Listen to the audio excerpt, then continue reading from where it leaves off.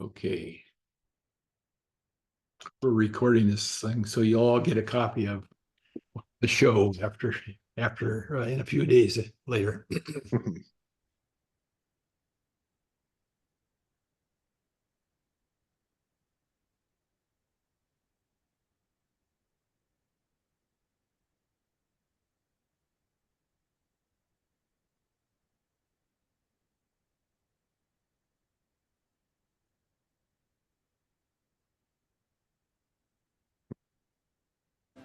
As I went walking that ribbon of highway, I saw me and the skyway.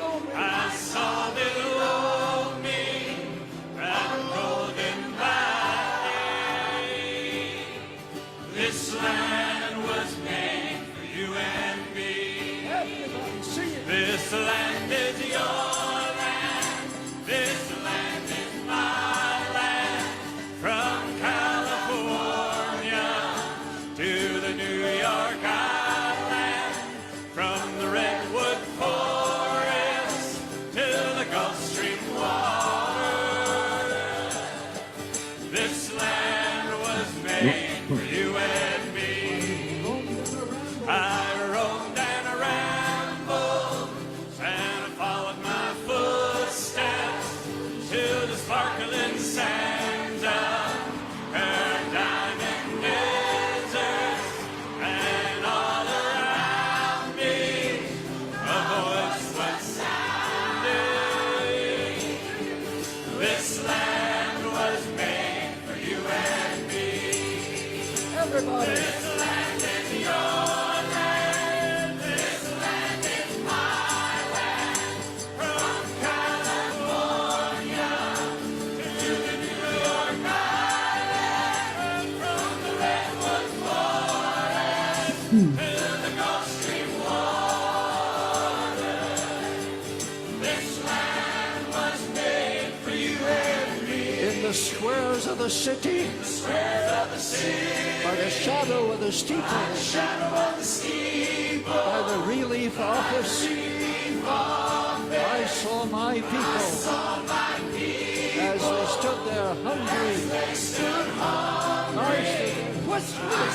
there whistling. This land was made for you and me. A great high wall tried to stop me. Great big sign there.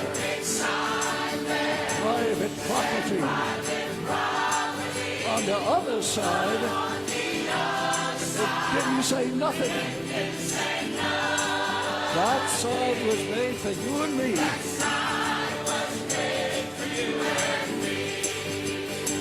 This land is your land. This land is my land.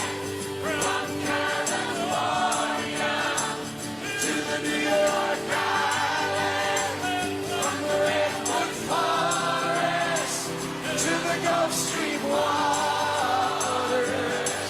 Yeah, this land was made for you and me. Nobody living ever stop me. I go walking on Freedom Highway. Nobody living make me turn back. Hey, this land. This land was made for you and me. Everybody, this land is your land. This land is my land. From California to the New York Island, from the Redwood Forest to the Gulf Stream water. This land was made for you and me.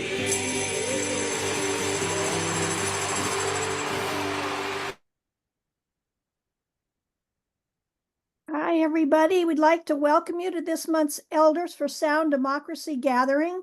That recording of that song was done on the National Mall, as you could see, the day before Obama's first inauguration, which is why you saw a brief glimpse of him in the recording. We're pleased to see those of you who joined us in previous meetings today, and we surely look forward to working with those of you who have joined us today for the first time. We chose the Woody Guthrie song, "This Land Is Your Land," for our introductory song today, because today we will be talking about the Get Out the Vote activities in several key swing states across the United States. This is indeed our land. We strive to be one people, and we all share the hope for an inclusive and democratic future for everybody. While we are surely aware that, as President Kennedy said in June of 1966, few of us will have the greatness to bend history, but each one of us can work to change a very small portion of the events. And in the total of all these acts will be written the history of this generation.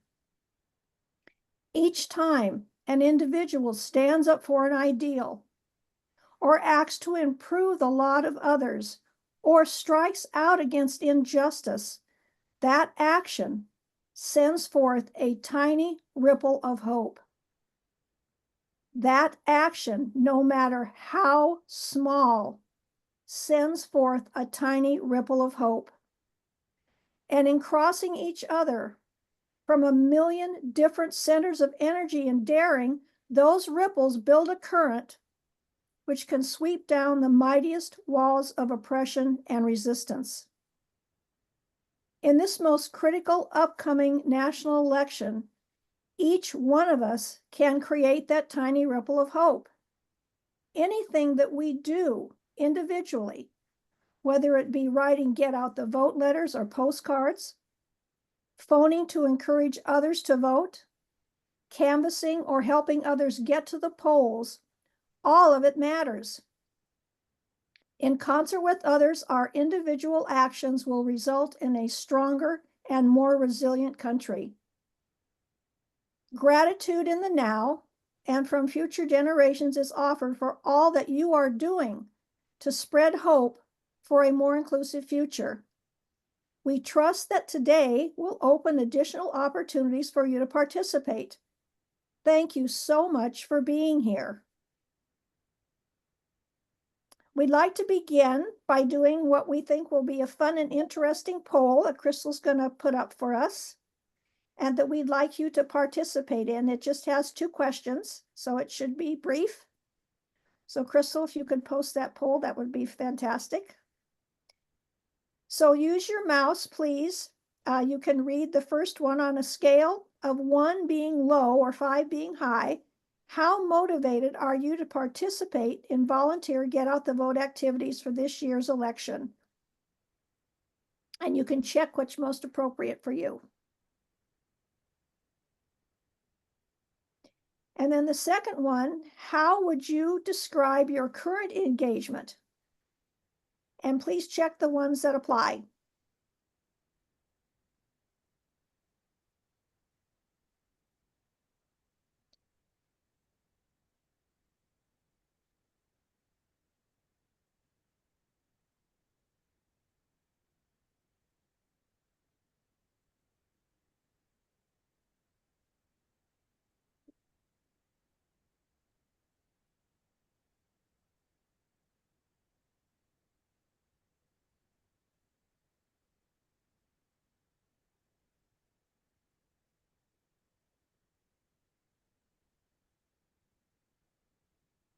When you participate, it'll pop up and say that you've participated, so we'll be able to keep track.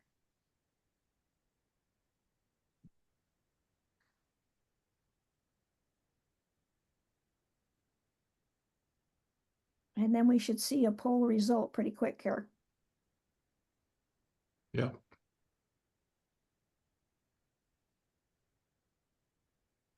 Oop, I saw a flash. There it is. Cool. Oh, lots of people motivated. That's great. Well, I guess you wouldn't be on the call if you weren't motivated, right? Okay, John, over to you.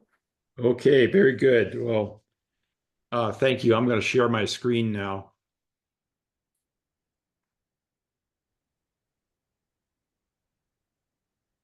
And slideshow. Okay, everybody. Well, what we're going to do here, before we begin watching or hearing from the different state teams, we're going to hear from Therese Flaherty, who will provide a summary of why we do postcard and writing projects. And then this is because these are common to all our state teams. And so just as a review of those. And it's intended to convey the idea that whenever we do this writing, whether it's postcards or letters or anything thereof, they do make an impact. So over to you, Therese, for this. Okay. Thank you. Next slide, please. Okay, so first off, writing letters and postcards to voters. We do have a number of projects you'll hear about that are focused on making a difference in individual states where we have teams. And the basic idea is to support increasing participation of historically underrepresented communities. And these are all nonpartisan, and as indeed our organization is nonpartisan. So we're focusing on groups that might not otherwise hear from us. One of the groups is going to be Vote Forward, generally writing letters to younger voters who have not had as much participation as many others. And another is the Civic Center. That is what we call our Promote the Youth Vote group. The Civic Center is focused on making high school voter registration part of every American high school and helping to get those students registered and voting. And in this case, they have identified parents of 17 and 18-year-olds and will be writing postcards to the parents, encouraging them to have their families and friends register and vote. What's the expected impact? I mean, we often wonder what difference does it make what we're doing? And we're very fortunate because in both cases, these organizations have carefully measured it. And we can see it's not enormous, but it's enough to make a really big difference. So if we think about Vote Forward, we're talking largely about letters. They have measured that their letters increase participation in the groups they're writing to by 1.4 to 4.2%, depending on the campaign and the location. And then just to compare, if you had the turnout in 2024 for the increased turnout relative to the margin in that state of the presidential election in 2020, you can see, my goodness, the lower level of that impact is enough to overwhelm, especially in Arizona, certainly in Pennsylvania and in Michigan, to make a pretty good dent in the margin of support. And these would all be people who probably didn't vote before. Next, so it makes a difference to write those letters. And if I could see the next slide, please. This really will give you a sense of why we're excited about working with high schoolers and the Civic Center, which is our main partner to do this. They make the point that 4 million Americans turn 18 and are eligible to vote every year. It turns out that 86% of them, it's amazing, who were registered to vote in 2020 actually voted. And that goes back, that number is a little bit higher, but it goes all the way down to 75% of registered 18-year-olds voted if you go back 20 years. The thing is, fewer than half of the 18-year-olds actually are registered. And nationwide, it's less than 30%. Then you go back and ask, how does that compare with the margins of victory we saw in the 2020 election? And you can see in Pennsylvania, the big bar is the number of Pennsylvanians who turned 18. And you can see the small bar is the margin of victory. And the issue is enormous, of course, in Arizona. It's very big in Michigan. This kind of comparison really holds across the board. And so what we see is for Vote Forward, for older people, we're looking at get out the vote and registration. But for 18-year-olds, we're very much looking at how can we increase the number of registered folks? Because if we can do that, we're really going to increase the turnout. So as you'll see, you'll hear in the different states the kinds of work that and opportunities that our state teams have curated for you. Even if you're in a blue state, you can help us make a really big difference in one of the states where we're focused. So thank you, and I'm done. Thank you, Therese. Okay, so we are going to now be hearing from the leaders of the state teams, and we're going to start off with Pennsylvania, Georgia, and Wisconsin. You'll be getting these slides after the meeting, so you don't have to take notes on how to contact any one of the presenters. Put your questions or comments that you have in the chat so that you can refer to them later when we have question and answers and comments after you've seen the presentations. While you're doing this, listen to each one of them and consider joining one of these state teams if you're not in a state team, after hearing what they each have going for them and in terms of getting out the vote. And note, you do not have to live in a state to work in a state. So that's what we're going to be doing now. So I'm going to begin by just saying for each one of these things, there's both a visitor's map and a congressional district map. The one on the left is for those who come there to recreate. The right is the ones we pay attention to when we get out the vote. So here's Pennsylvania. Looks like it's got 18 different congressional districts. So over to you, Wendy. Wendy Bark is the co-leader of the Wisconsin Pennsylvania. Great, thank you, John. Yeah, excited to talk about PA. And I think just to build on John's comment, I actually live in Buffalo, New York. I grew up in Pennsylvania and lived there 20 years. So I have a big part of PA in my heart, and live just north of Pennsylvania, but am on the PA team because we know it's such an important state for us in terms of the upcoming election and the kind of impact we can make. So we wanted to give you a few fun facts about Pennsylvania. I don't know how much you know about it. Kind of sitting there on the Eastern Seaboard. Pennsylvania actually means Penn's woods, so Sylvania in Latin is woods, and today still 60% of the state is covered by rolling hills like this. It's really very beautiful if you haven't driven through it. Philadelphia was actually served as our capital twice before 1800 when it moved to Washington. Pittsburgh and Philly are the two big cities. Pittsburgh has a ton of rivers and more bridges than Venice, so who knew? And Pennsylvania is big on mushrooms. 2/3 of the mushrooms in the US come from Pennsylvania.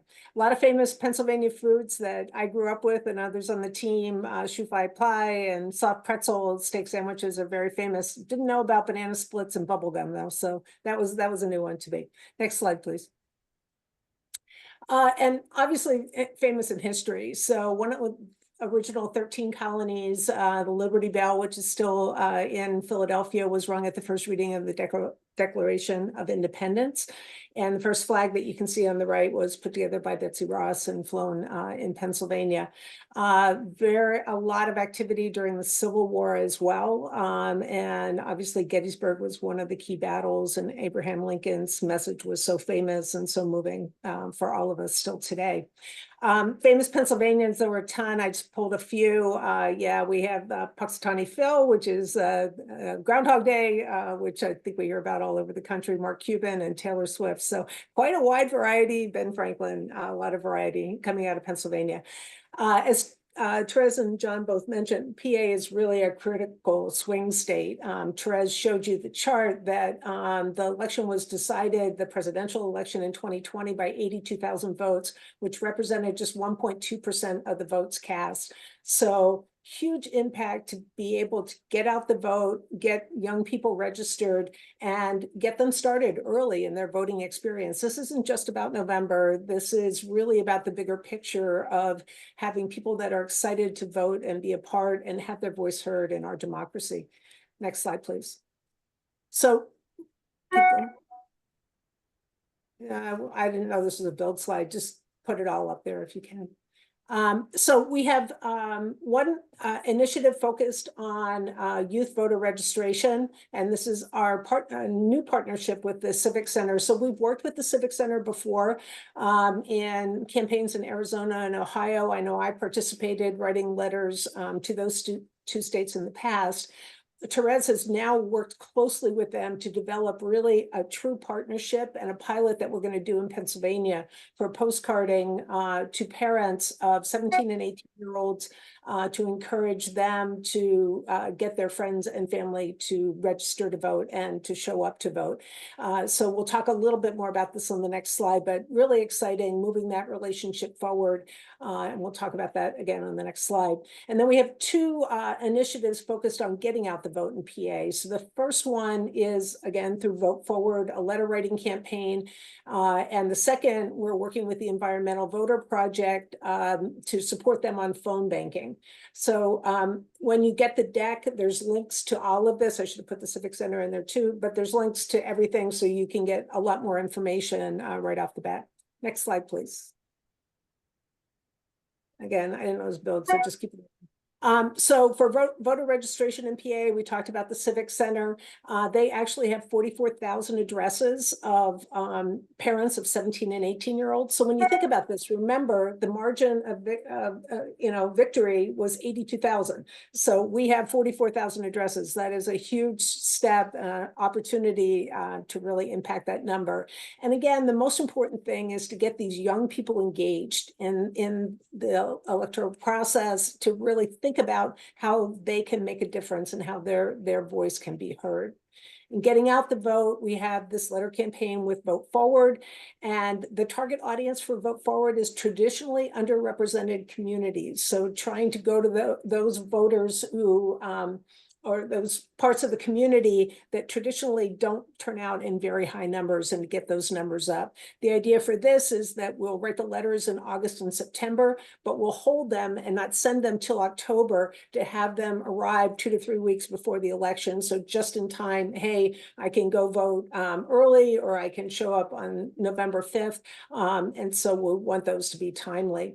And then the Environmental Voter Project phone banking, actually we have 2 dates coming up, Monday, August 26th at 7 and Thursday, August 29th at 6.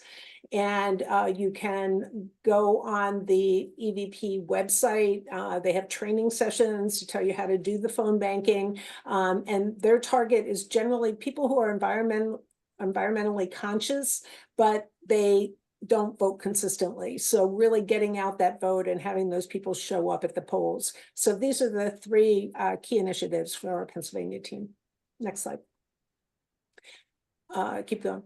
And so big day for us is next Monday. We're actually going to have an organizing meeting open to anybody who's interested in volunteering with the PA team. It's at 2 p.m. Eastern time on Monday, and we'll run through each of the 3 initiatives and then also give you more information about how you actually can sign up and get going. The important thing here is that you have to register on the EAN website. So we have a link to that registration, or right after this meeting, you can actually just go to the EAN website and look for this meeting at 2 p.m. Eastern on Monday, and you can register yourself. So really looking forward to having that time to offer more details and more information. Pennsylvania is just such a critical state, and we're really looking forward to people from all over the country and being able to contribute on these initiatives. We can write from anywhere, we can phone from anywhere, and really make a difference. I also put Teresa's meeting at 4 p.m. on promoting the youth vote. So this is just a general meeting on the youth, our initiatives against the youth vote that go across many of the states. That's also on Monday at 4 p.m. So I think that's it for the EANPA team. We look forward to anybody coming with us and supporting these activities. And if you have questions, again, please put them in the chat. We'll put a couple of emails in the chat and look forward to engaging with you. It's an exciting time. Thanks. Oh, well, thank you, Wendy. That was uplifting, inspiring, and boy, you got a lot of good things going there. So everybody put some notes in the chat if Thanks, John. you have some in mind. So next we are going to go over to the Peach State of Georgia.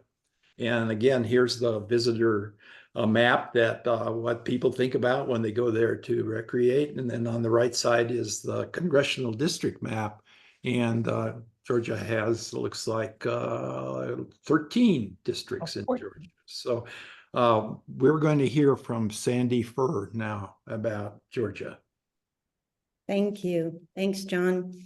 I'm very proud to represent Georgia, and I appreciate being involved in this call.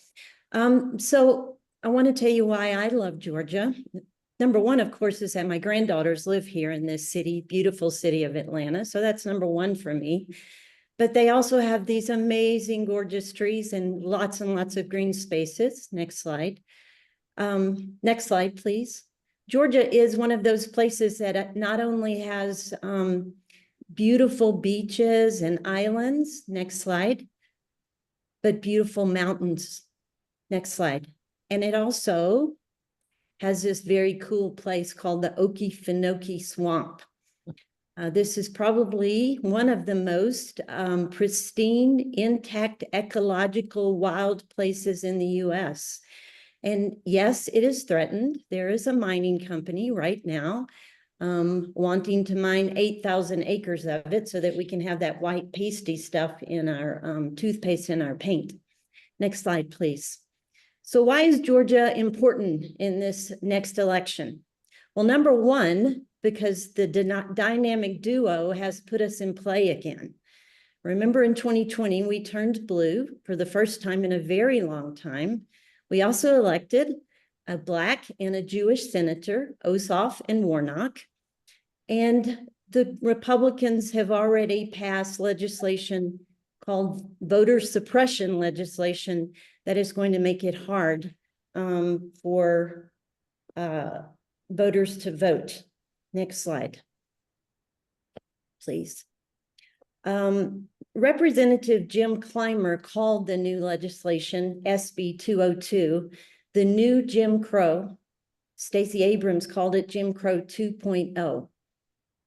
The Southerners, I want to read this quote from King. The Southern aristocracy took the world and gave the poor white man Jim Crow.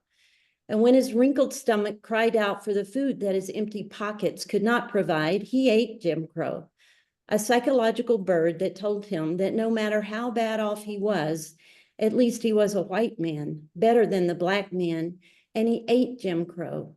And when his undernourished children cried out for the necessities that his low wages could not provide, he showed them the Jim Crow signs on the buses and in the stores, on the streets and in the public buildings. And his children, too, learned to feed upon Jim Crow, their last outpost of psychological oblivion. This was King in March 25th, 1965.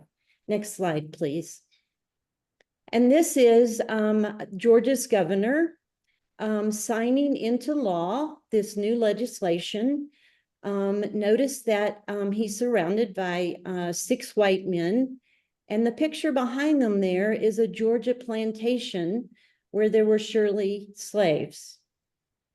Now, why did the Republicans, were they so intent on passing more voter suppression laws? When, after 9 lawsuits after the 2020 election, it was shown that there was actually no voter fraud. And when the Secretary of State, Brad Raffensperger, said the elections were secure, reliable, and efficient. Next slide. Well, in Georgia, in 2020, the turnout was nearly 5 million people, whereas in 2016, it had only been 4.1 million people. and Black voters especially increased their numbers. Black voters took advantage of the absentee and early voting, especially. Nearly 30% of Black voters cast their ballots by mail in 2020, as opposed to 24% of white voters. But what did it do? What does this new legislation do? Officials are now no longer able to send out unsolicited mail-in ballots. And mail-in ballots must have not only on the application, but the ballot, voter ID. It has severely limited the number of drop boxes in each county and in Atlanta. And the drop boxes must now be in voter registration places and early voting places, and limited to the times that those are open.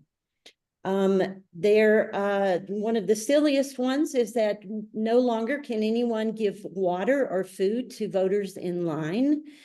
Of note here is a study that showed that when there are in precincts that are less than 10% white, voters wait in line 50 minutes, an average of 50 minutes. Many waited much, much longer. And in precincts where the voters are 90% white, the average waiting time was 6 minutes. But probably one of the most insidious of the changes is that any individual now can challenge the eligibility of any other voters' voting eligibility. And the county elections board has to respond within 10 days to that challenge, clogging up their time. Next slide, please. So what is the Georgia Election Board, the SEB, and what shenanigans have they been up to? I'm sure that most of you remember when Trump was in Atlanta. He was very outspoken about his dislike of the governor and the Raffensperger, our Secretary of State, and I'm assuming it's because they did not get him those 11,000 plus votes he was asking for. But he also praised 3 people and called them out by name. He called them pit bulls fighting for honesty, transparency, and victory. These 3 people are 3 of the 5 members of the state election board. Think about that. 3 of the 5 members of the state election board have been called out by Trump as being pit bulls for victory. And they also are election deniers. They believe that the election was stolen for Trump. And they've been very busy since Trump was in Atlanta. They've been passing new rules that basically give all the county election offices the power to delay certifications. And they're not finished yet. Next slide. So what are we up to in Georgia? We're doing all the same things as I'm assuming the other states are doing, and especially as they're doing in Pennsylvania. We're using Vote Forward and holding public and private meetings, letter writing campaigns with Vote Forward. We are organizing phone banks. We also have a team working hopefully with Civic Center to get high school seniors registered to vote. We too are having a meeting on September 12th. This is the connection so that you can come and join us and choose which one of these activities you want to be a part of. Is there another slide, John? Yeah. So this is you can join Third Act through this, and the previous slide, you can join the September 12th meeting, community meeting for all our volunteers. We really, really need you in Georgia. As you can see, we have just recently become a swing state, and we really need as many people as we can. Remember, it was just over 11,000 votes that Georgia turned blue by. We desperately want to keep it blue. Thank you. Yeah, thank you, Sandy. I forgot to mention, this is our Georgia team is a joint venture between Elders Action Network and Third Act. And it's a great partnership, and it's fun working there together. we can trade different ideas and share in a joint project.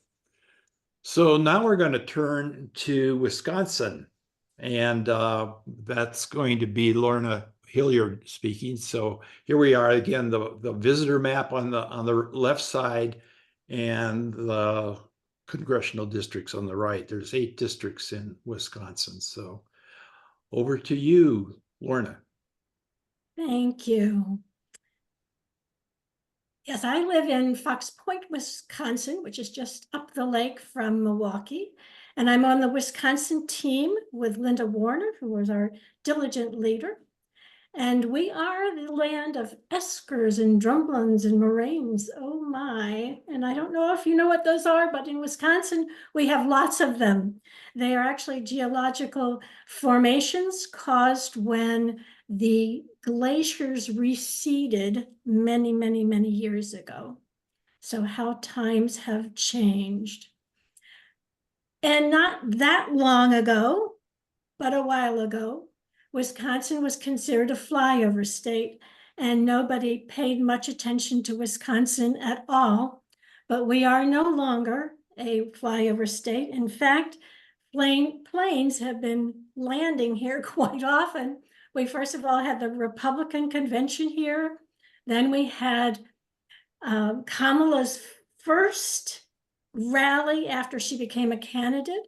One of the first rallies when we were introduced to Tim Walz.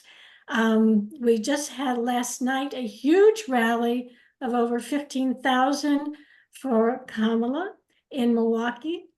We've had Vance come twice. We've had Biden come, Trump come. Why are all these planes landing in Milwaukee? I guess you would say that it's because Wisconsin is such a critical state this year. On our agendas, every meeting, Linda puts, as goes Wisconsin, so goes the nation. And Wisconsin is such a critical state, I think because we're such a 50-50 state. We have a Democratic governor, a Republican legislature. We have, Marquette just came out with a report that said of registered voters, 29% are Democrats, 30% are Republicans, but 40% are independents. This is a race for anybody to win. We are known for our nail-bitingly close elections, and so this is really important for us. So I think that's why planes have been landing here, but it could be because we're Midwest nice and have cheese curds. I'll let you judge. Next slide, please. But Wisconsin does have its issues, as in other places. Healthcare is an issue, not only women's reproductive rights, but the whole northern part of Wisconsin is rural and have lost several big hospitals, so that access to good medical care has decreased and is a concern. The economy is another issue. $15 an hour wage is no longer a living wage. And that cloud of fear of losing our democracy hangs over us, has been hanging over us. We used to be one of the most gerrymandered states. We had a new Supreme Court who declared our old maps unconstitutional, and we've got new maps for this election. But our job is not done yet there. We have more work to do. We've experienced the fake electors here. In fact, one of the fake electors is on the Wisconsin Election Commission still, deciding how our elections should be run. The Republican legislature put 5 amendments on the constitutional amendments on the ballot for this year. They dealt with how elections should be run and how federal monies should be allocated. So we have been working hard on those.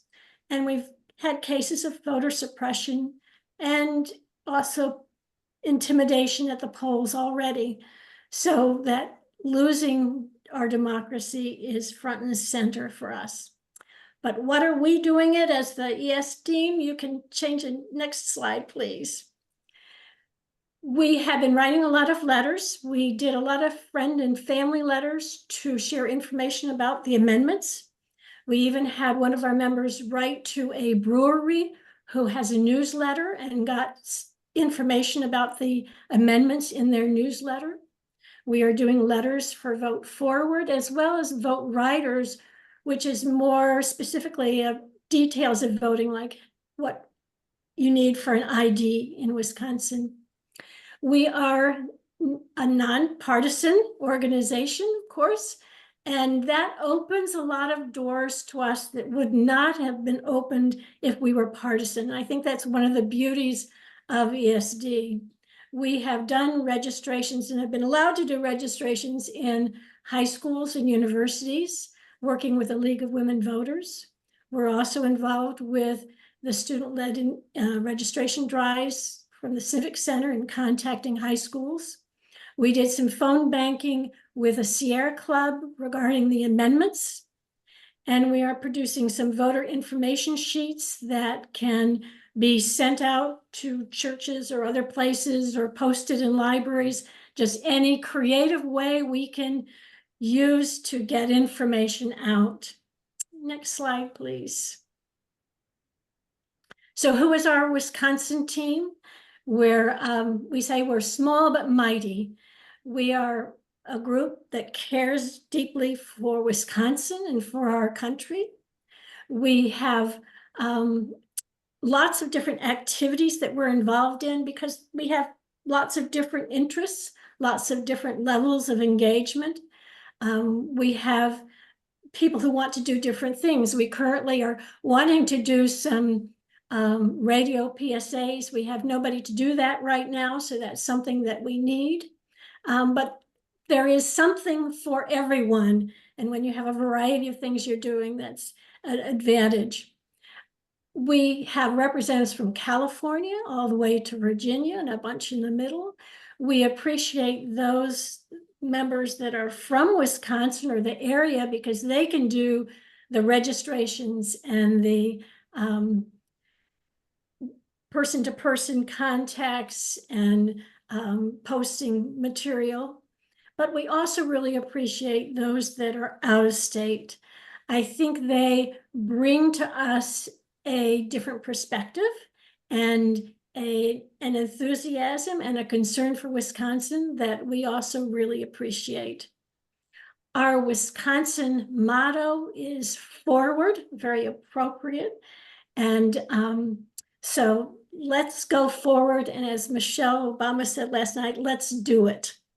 Next slide. Our next meeting is actually tomorrow. And if you would like a link to that meeting, please contact us and we'll send you the link. We do meet on Thursday afternoons. And if you would like a link to the next meeting in 2 weeks, or if you have any questions or comments or whatever, please feel free to contact us. We'd love to hear from you. Thank you very much. Thank you, Lorna. That was excellent. Okay, I'm going to stop the share now. And what we got here now is everyone, we're going to take a 5-minute break, and then we'll get the next 3 states. So stand up, turn around, wiggle your toes, whatever. And we'll see you, everybody, back in 5 minutes. Okay.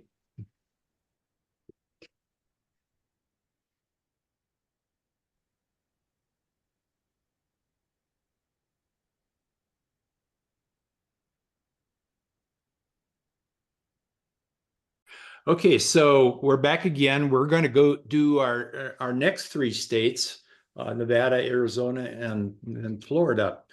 And to begin with, for Nevada, and let me get us over here. Again, here's a visitor's map of Nevada and all the good things you can do in the Silver State. And then you see on the right that there are 4 congressional districts there.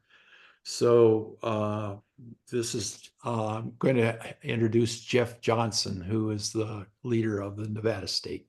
So over to you, Jeff. Okay.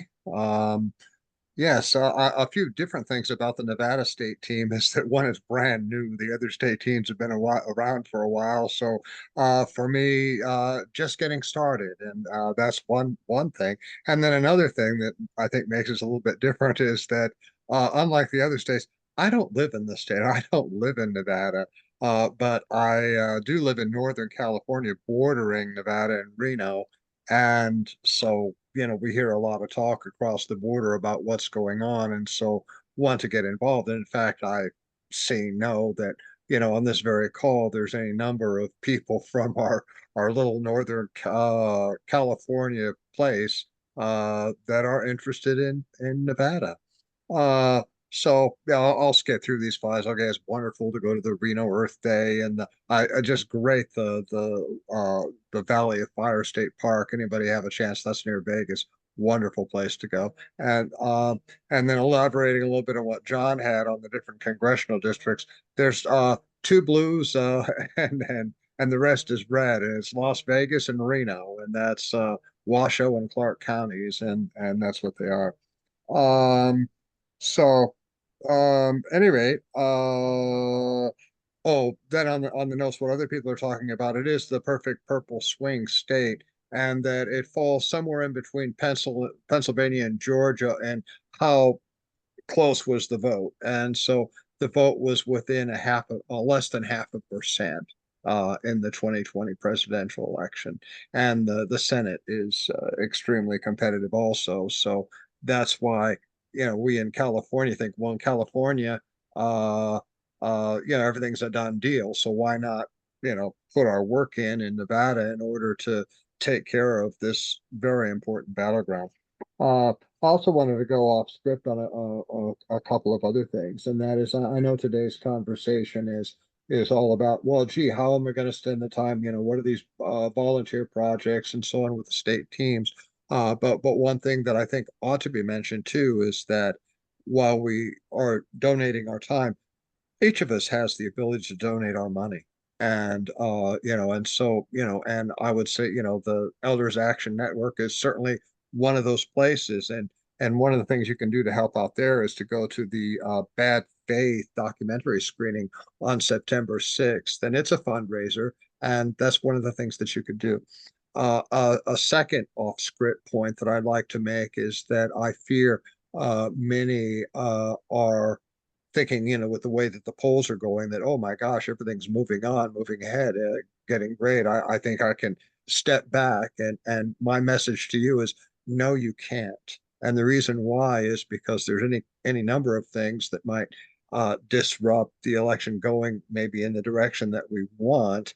And also, I think we need to make for this election to have massive turnout to establish a mandate for the causes that we're supporting. And so I would say let's keep on track on that, make it a priority. Oh, and one of the things, back to the making donations, I also think it's important to make donations to the groups that work with us. And I'd like to name one that it's been mentioned a few times already, I think, is the League of Women Voters. The League of Women Voters is an incredible ally in terms of getting out the vote. Okay, next slide. I'm putting together the issues here on what's going on in Nevada, and I would say that it's not it's it's an evolving list, and so what's here is rather arbitrary, and so I'll just go through the list, but there's two criteria of what ended up in this list and what didn't. And the things that ended up in this list are things that are where there's activist groups that are actually working with it, people that we can partner with to get on with our various activities. And so if there are such groups, well, we want to know those issues so we can join with them. And among those are on reproductive rights or reproductive freedom, that in Nevada, the Right to Abortion Initiative is on the ballot, but also we've been able to partner with Nevadans for Reproductive Freedom, and one of their members, a lead member, is coming to our state first kickoff state meeting tomorrow. So that's good. Also with on climate change, and that's a big issue in Nevada, because at least in Las Vegas, people are roasting in their apartment buildings, and so there is a group working on that, and that's the Climate Mobilization Project, and they probably will not make our meeting, but down the road, I think that's a distinct possibility. A second criteria for getting things on is what the partisan campaigns have demonstrated as important issues. One of them is Social Security, and I had the blessing of going to such a partisan campaign where Social Security is on the ballot, and so that's the list. Things that aren't on the list, that there is two things on the on the ballot that I haven't mentioned here. One of them is the voter ID is on the ballot, and and that's a big deal. But I could not find any activist organizations who are much involved in that. Another big issue, but nobody really truly active, is ranked choice voting, which you may not have heard about. Okay, next slide. Okay. So just like the other groups, one of the things, we're doing the usual routine and support Nevada postcard writing. We're doing that. Doing postcard writing parties. That hasn't been mentioned by the other ones. And we've got this outreach to senior centers and and delivering our brochures. I'll get into that a little bit later. But two things that I want to mention before I go into the details of those others are the bottom two entries there, and that's engaging with the Civic Center and the Environmental Voter Project, which the other states have already gone into, and what's that all about. And our team members can engage in that, but there's less availability to become engaged in doing the letter writing for anyone in Nevada or phone banking. And so we'll just have to see how that evolves over time. Let's see. Okay. Yeah, I'm ready for next slide. Okay. Yeah, let's talk about one of the problems with the postcards, or another problem in Nevada, is it's small. And the reason why we're not on other people's, common ground doesn't have us on the list of states to write to, nor does the Civic Center, nor does the Environmental Voter Project, is because it's so small. So the way that we responded was to, let's make our own. Let's get our own mailing list and do our own postcards. So there you have it. That's the postcard we're doing. Could be edited, and if team members think, "Oh, I have a better vision for a future postcard," oh, okay, share that, and maybe we can use that postcard. But with it is the is the message, and so this is what it looks like. And also at this point, all you have to do is send us an email. I have my email address at the end, and you can just get a packet of 20 and write your postcards, and off you go, and you don't have to do a meeting, and just send an email, and that's it. One thing before we go on to next slide, I want you to have a vision of this postcard in your mind, because it pertains to the next section that we're going to see. Go next. Okay, I mentioned the Senior Center Outreach Project, and that is where we have a directory of all the senior centers in Nevada, and so our idea is to circulate our message on democracy to all of these senior centers. Okay, how exactly that happens is still to be worked out, but probably we'll do make phone calls and then distribute our brochure. But what's not here is, well, what exactly is this message in democracy and the brochure? Well, one of the things in that brochure is it's a collaborative effort from our partnering issue activists who have contributed to this brochure. One of them is Nevadans for Sound Democracy. They have their message, and that's in our brochure now. And so does Social Security Works, which is another one of our partners. And so does the Climate Mobilization Project. So, you know, that's how that brochure is being developed. Then another key part, and this is why I wanted you to think back on that postcard that we just passed over, and that is another page of this brochure is that actual postcard. And it invites the reader, say, hey, you want to be volunteer and help out in elections, send that postcard. Here it is. And so I think it's a good way to engage people. So yeah, okay. Next. All right, here's I'll just read through the list and make commentary on all the different ways that you can engage. One, as I said, you can just request a postcard packet, send an email, you're done. That's one thing that you can do. Okay, another thing, and I think this is very important, is, you know, all of the planning and activities they're doing is an evolving process. I mean, things change day to day and ever so quickly. And a lot of it has to come from input like people like you. And so, you know, if you want to be curious about what's going on or what could I do, you know, how are things evolving, and you want to share your ideas, just come and sit at the meetings. You know, you don't have to do anything. Just come and be a part. Okay, so then we can work with our team to do postcard writing parties. We'll talk about that. Then make contact with the senior centers as I described and distribute these brochures. Make contact with the with issue partners on what the messages are, and that's evolving. There could be new partners in a month. Okay, and then the dirty work, if you want to assist in being a production distribution of packets, you can do the dirty work too. And then also, as I said, you can work on revising the brochure and so on. Okay, so I'm ready for the next slide, and that should do it. At any rate, and I'd like to clarify, John was wrong when he said you don't need to take any notes.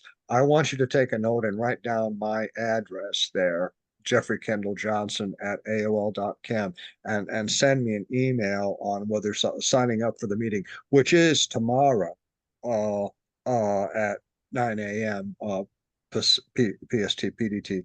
And so if you wait for John to send his notes, you're not going to have the email in time.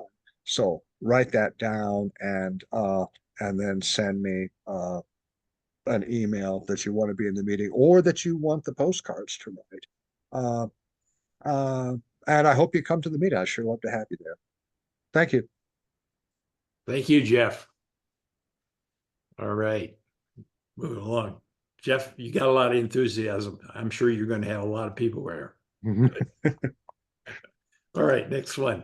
Now we're going to go to Arizona, and there you again see the visitors map on one side and the congressional districts on the other. There's 9 congressional districts, and we're going to hear from Betty Roth, who is co-leader of this group. And again, this is another state team that is a joint partnership between Third Act and Elders Action Network.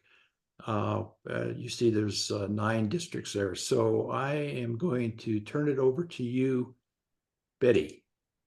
Hello all, I'm Betty Roth from Arizona, and I have a picture here that is a squadron of javelinas in Sedona.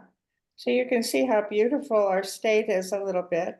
And these funny little javelinas, it look like pigs. They're not pigs, but they do look like pigs. And they're friendly. They come in squads to your back door sometimes, and they're very smelly with big teeth. So that's something about Arizona, but we love the javelina anyway. They're funny. Okay, next slide. Okay, as John said, Arizona is partners with EAN, Arizona Third Act, Arizona partners with EAN. We call ourselves the voting and election team. Okay, next slide. What are our problems in Arizona? Well, one thing that's happening that's really kind of distressing is that we've been in a 38-year drought, which is now extreme. Much of our groundwater is depleted. The Colorado River water is kind of iffy because you're having to negotiate. But there's very little groundwater management in the state. As you'll see coming on in the next slide, we've had 30 years of GOP rule in this state. We've never had a trifecta, which is, you know, the governor and the both houses of the Arizona Congress at once. Wait a minute. Okay, that's okay. So we've got that problem of the heat of the water, and it really is a state legislature problem. But our state legislature is a lot more.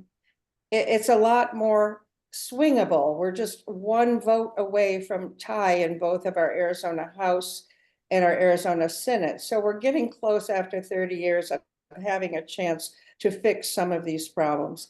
Another water problem is that agribusinesses are sucking up the water. They dig really deep wells and they leave the farmers, the small farmers, dry. So the small farming business is going away in Arizona, and we are growing we're growing the nation's dairy cows and eggs, but it's not good for our state. Next slide, please. This, by the way, that was the that was our reservoir drying up. Okay, Arizona heat.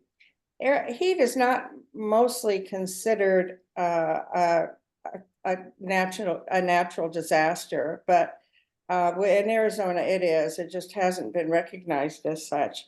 Today is our 87th consecutive day of temperatures over 100. And these extreme temperatures will continue through September. It's killing people. We have twice as many deaths this year as last, and the deaths are very poorly diagnosed. So these are problems that are immediate, that need to be somehow addressed in Arizona. Next slide.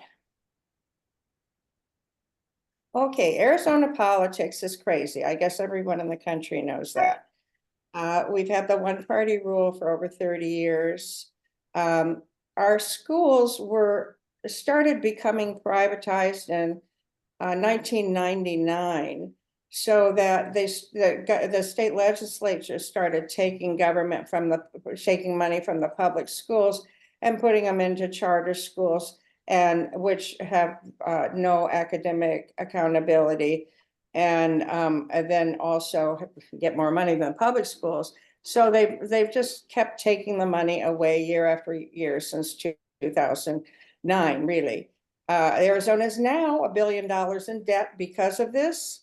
And Project 2025 educational goals have already been met here. You don't want that to happen in your state. It's the Senate and the Congress. In the Senate, we have a great candidate in the congressional districts, 3 of 3 very possible candidates for congressional districts. So we are now back to being a purple state just the last 2 weeks. So as I said, in Arizona legislature is close to swinging. But this year we have a couple of people in office, our governor and attorney general, who care about the environment. And our attorney general was a climate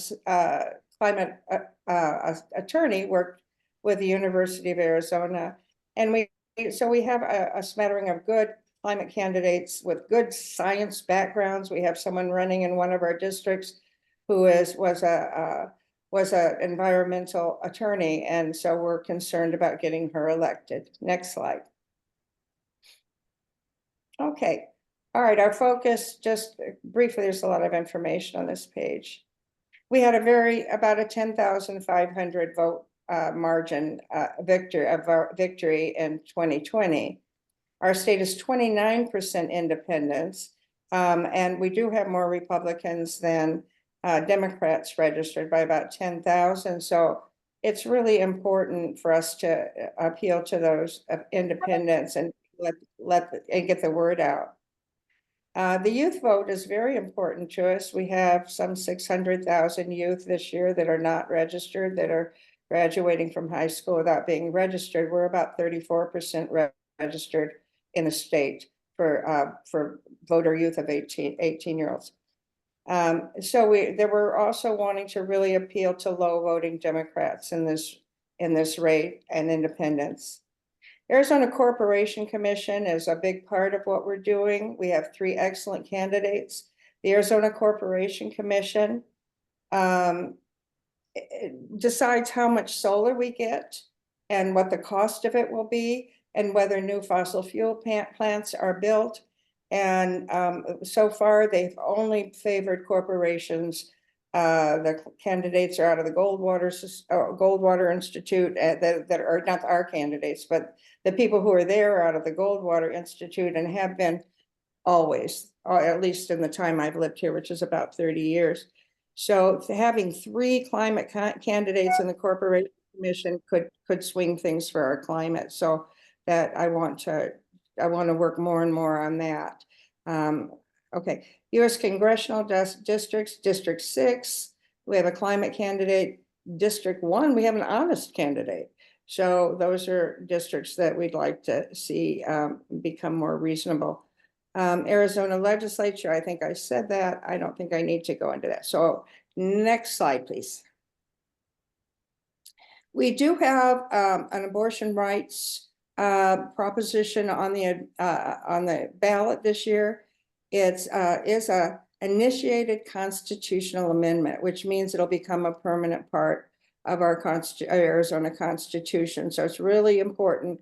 We had a tremendous effort to get it on the ballot. We had 820,000 signatures, which when reviewed, they only counted 520 of them, but they're very, very picky about that. So that's still more than any other state has ever had on a constitutional amendment. Planned Parenthood is starting a postcard campaign and we'll be involved with that. But I don't know, and you can all look at that and see what you think, but they don't let you choose the state you're looking for, and you don't really know. I mean, it's not. I mean, I've ordered postcards to see what they are, but you might want to check that out and see what you get for your state, because I think a postcard from Planned Parenthood would be effective. Okay. Planned Parenthood is having tabling and phone bank events. Next slide, please. Okay, this is from the Civic Center. This is their data. And you can see here that Michigan is 73% registered now for 18-year-olds. That's pretty amazing. Arizona's 32.5 right now. So these are current figures. And, you know, I think we look at the hundreds of thousands of kids in each of our states, and we know that they would make a difference, that they'll vote for climate, they'll vote for their futures. And so it's really important. We've also been tabling at community college events, and then we tried just university educators workshop. Next slide. Okay, here we are at the educators workshop, which was teaching civics education in the year of an election for K-12. So that was a perfect subject for us. We talked to a lot of people. We talked to civics teachers. We talked to presenters there. And so you might think about a top-down approach in your registration of students. You know, it was good. I was pleased with it. I think groups like educator groups or influencers for education, like school board associations in your state, might be a place where you can table. So keep your eyes open for that. We were pleased to find that. Okay, and then Civic Centers has on their site sort of a more top-down approach where you can email educators, superintendents, organizations, friends and family, and more. So I hope you get to look at that, because the more people who we can contact about it, the better. I had letters to 18-year-old, I have some, and so if you come to the meeting, I could give you some of those. So, okay, next slide, please. All right, there's more get out the vote work. We've been working with Vote Forward, and I reserved about 500 letters. I saw that Arizona is running out of Vote Forward letters. They're getting used up very quickly. So yay for Vote Forward. They've been great, wonderful website. You can go there directly. You have to make you have to register an account. If you want them from me, I will email them to you. I have them in packages of 20 and 100. Environmental voter project phone banks are there still for lots of different states, but there are some for climate as well. We're calling for climate groups. We also have church flyers, and you can email me for those, for Arizona church flyers.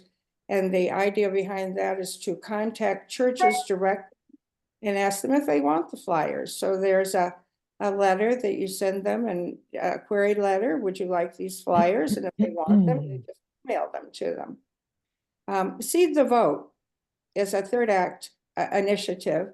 And what it is that they will pay for you to go to another state. They'll pay for your transportation, and they'll pay for hotel rooms. And you just you need to canvass. So you make a commitment to canvass in that state with an organization that's already there. There's another such offer to people right now, and that's with Swing Left, and they will actually pay you $250 a day. So if you're interested in traveling, you want to come see people in Arizona or various other states, you might look at those two organizations. Okay, John, thank you. I'm ready. All right, so come join us. Our next meeting is August 29th, and that's Thursday at 4 o'clock. And I will try to get you the Zoom link, everyone at this meeting, if that's possible. Or you can just email me at bettyhroth@gmail.com, and we'll get together and get some work done. Thank you. Anything? This is the javelina coming to your back porch to eat your pumpkin. So I'm hoping our fake electors are running as well this year. And that's what I'm hoping it'll look like on November 6th. Thank you. Thank you, Betty. Great presentation. Okay, so what we are going to do now is just before I'm going to turn this over to Paul Dreyfus shortly here. But again, here's the visitors map of Florida. And on the right side here is the congressional district. So, oops. And I'm going to stop sharing so that Paul can take over here. And so over to you, Paul, while I shut down here. There we go. So over to you. Thank you, John, and all the presenters and everyone who's here today. This is so incredibly inspiring to hear about all the work and commitment and creativity that's going on in our state teams. I'm going to talk about Florida for a few minutes. So I'd just like to ask a question, show of hands. Who in the room either lives in Florida or has friends, family, or colleagues who live and vote in Florida? Just quick hands up. Florida is one of those states where a lot of people have connections because it's a big tourism state. It's a big snowbird state. And it's just a very interesting and complex culture in Florida. And I'm just going to share screen here and get into a presentation. Otherwise, you can pretty much count on me to just kind of ramble, but hopefully I can get my presentation open and keep on track.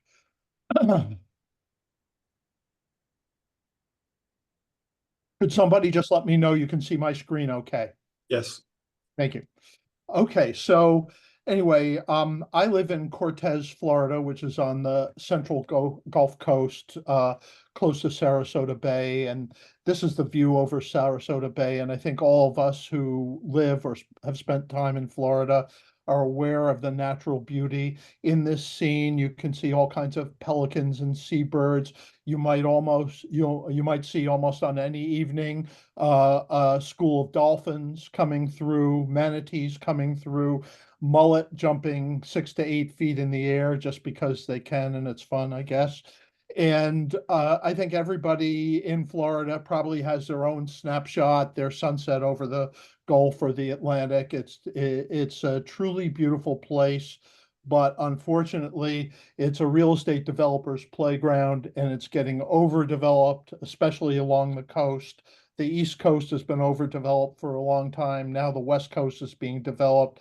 I live in a village that has been surrounded by farms and the sea, basically, since the beginning of time. And now this is not my community, but something like this is going up 8,000 new units in surrounding my little village of 500 households.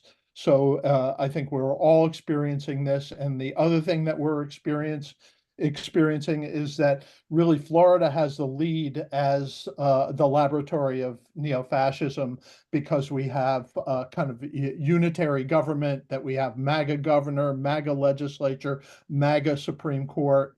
And so this is what we get. We get a bunch of MAGA scoundrels running what was a beautiful, wonderful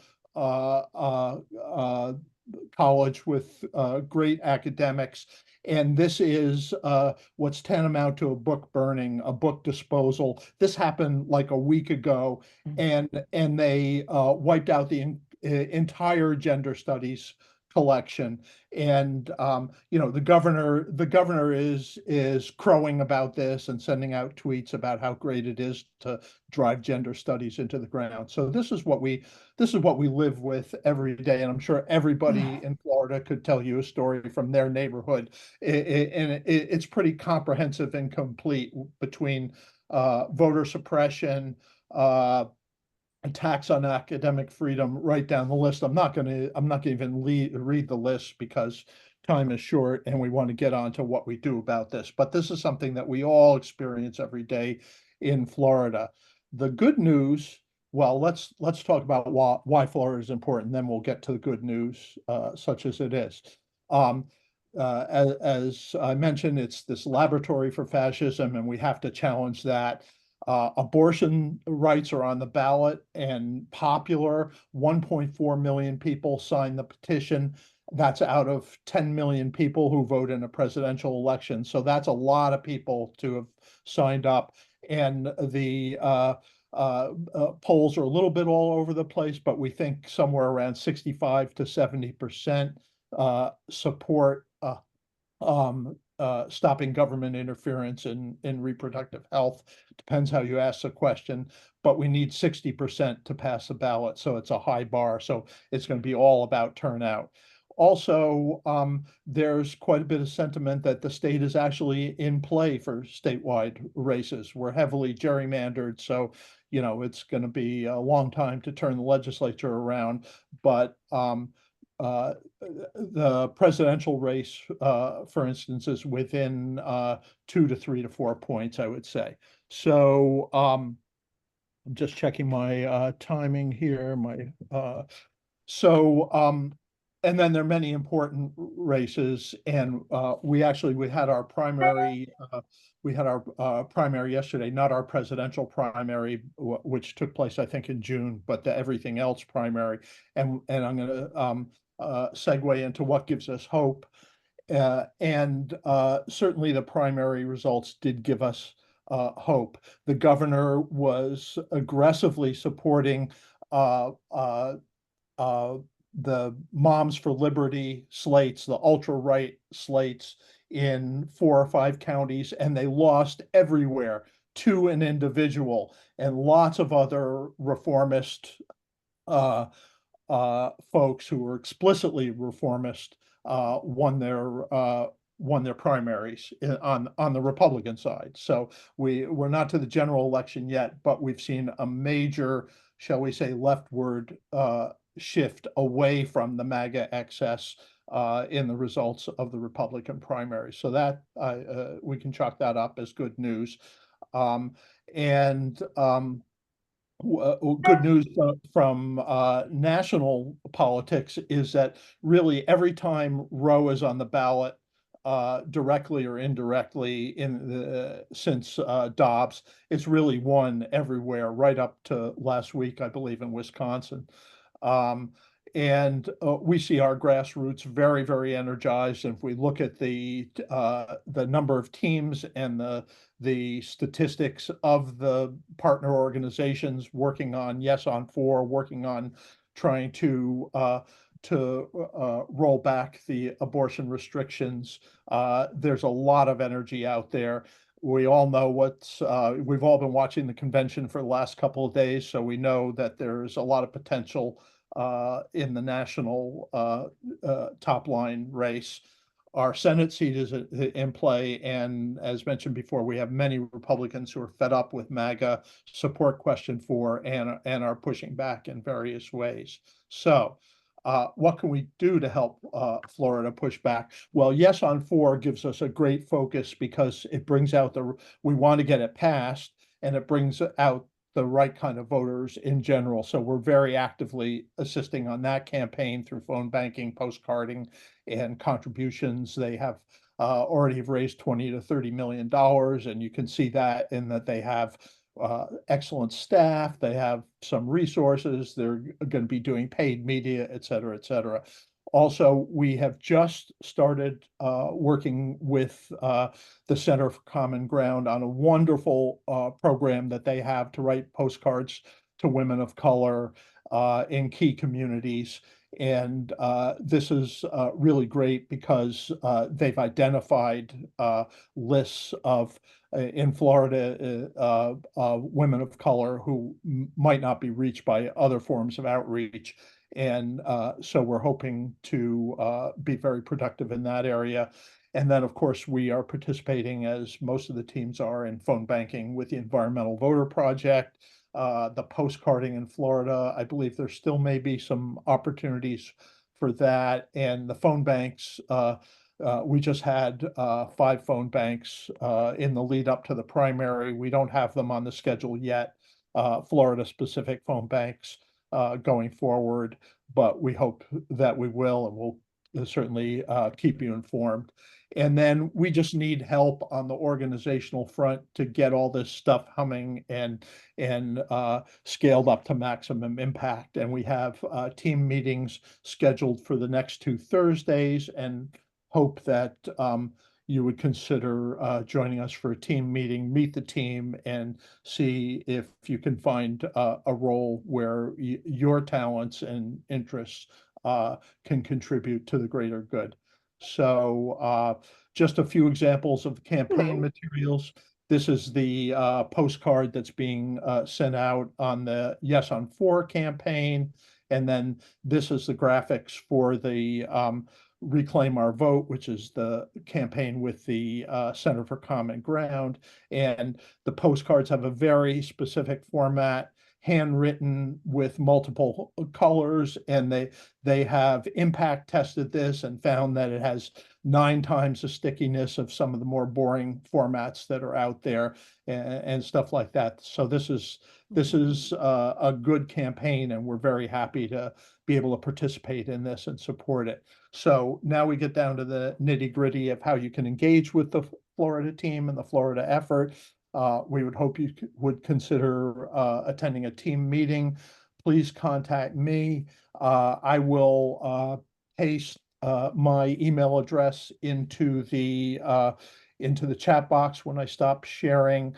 And so just drop me an email if you'd like to get an invite to tomorrow's team meeting at 11 a.m. And at the end of this meeting, today's meeting, there will be an volunteer sign-up form that will go around. And if you just check Join the Florida team will get you on the list and make sure that you are in the loop for all the information. And I'm going to stop sharing there. And I am done with the presentation. I'm going to put my contact information in the chat and we'll go from there. Thank you, Paul. All right, so we're running late, but we want to make sure that everybody has an opportunity to say something if you'd like to. And before we turn over to the sign up form that will be in the chat, and Melanie, I think you will put it in the chat. Okay, good.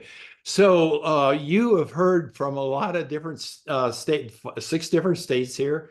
Each one of them has a different set of political problems to deal with. Obviously there's some beautiful country in America, and you know, you might even consider taking a visit to one of those states sometime in the future. So anyway, let's hear from people just briefly here. We'll maybe spend 5-10 minutes doing this, and then we'll go to the poll and let you go on your way. So any particular person, raise your hand. You can do it with, at the bottom part. Let's see if I can stretch this thing out. So if you stretch it out, there's a place there where you can react. It's a little heart shape at the bottom of the screen. If you click on that and raise your hand, then we can see you. Otherwise, just raise your hand. Anybody have a comment or would like to ask a question of one of the presenters here?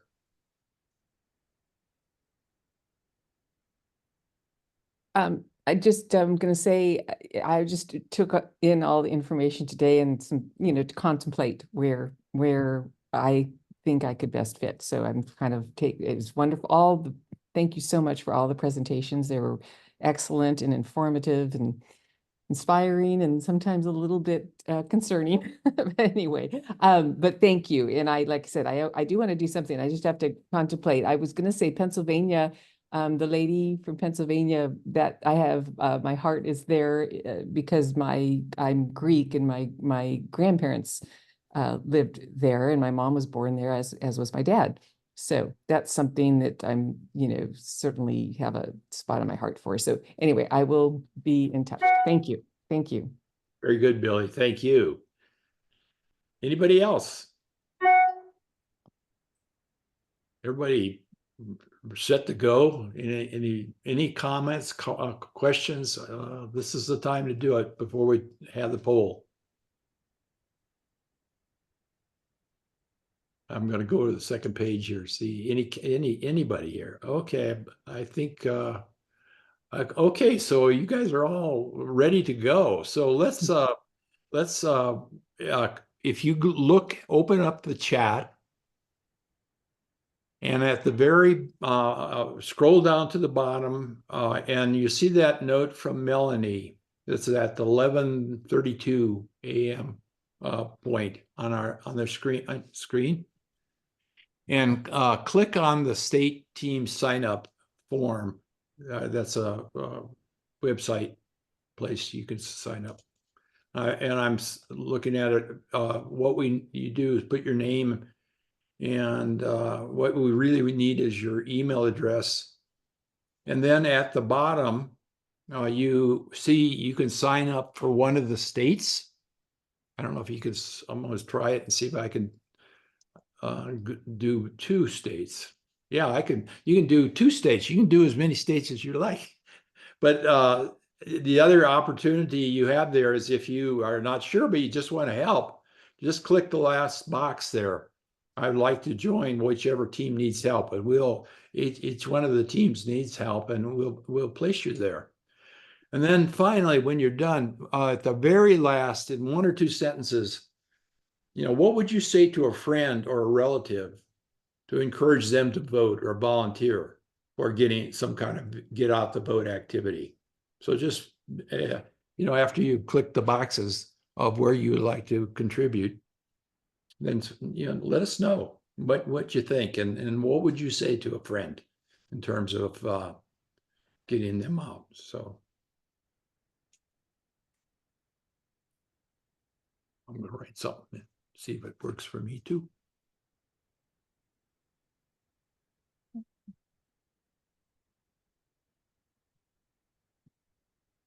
All right, everybody. Thank you for being here today. Thank you for hearing, spending time with us and the opportunity to see what our state teams are doing. They're working really hard. We were all concerned, but we're all really happy and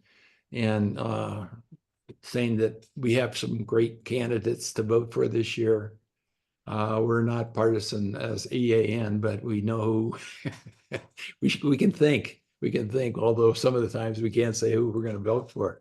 But anyway, thank you for being here today. And we will we'll have opportunity to talk more in the future months. And Paul, do you want to wrap us up here today while we get us on our way? Yeah, thank you. Yeah, not too much more to be said. I mean, I think the presentations were fantastic, and we just want to leave you with the thought that I think Amy opened with, is that if we all do something, whether that's a little something or a big something, we can make a difference, and that difference could influence the outcome of an election. So we have a lot of voter suppression going on, so we need a lot of voter encouragement and empowerment too. And the one other thing that I want to mention is that we are talking about setting up a weekly or bi-weekly activist drop-in coaching session where we can compare notes on what's working, what's not working. We can help each other with technical challenges, et cetera, et cetera. So we're going to stick around, and at 3 o'clock, we are going to have a conversation about that. Did I get that right? Somebody nod or go like that. I think I got that right. So Yeah, you if got you it. want to stick around, we'll just leave this room open, and at 3 o'clock, we're going to reconvene for that discussion. What And- time, 3 o'clock, what time zone is 3 o'clock? Oh, 3 o'clock Eastern, sorry. So, 17, my math is bad, 37, 20.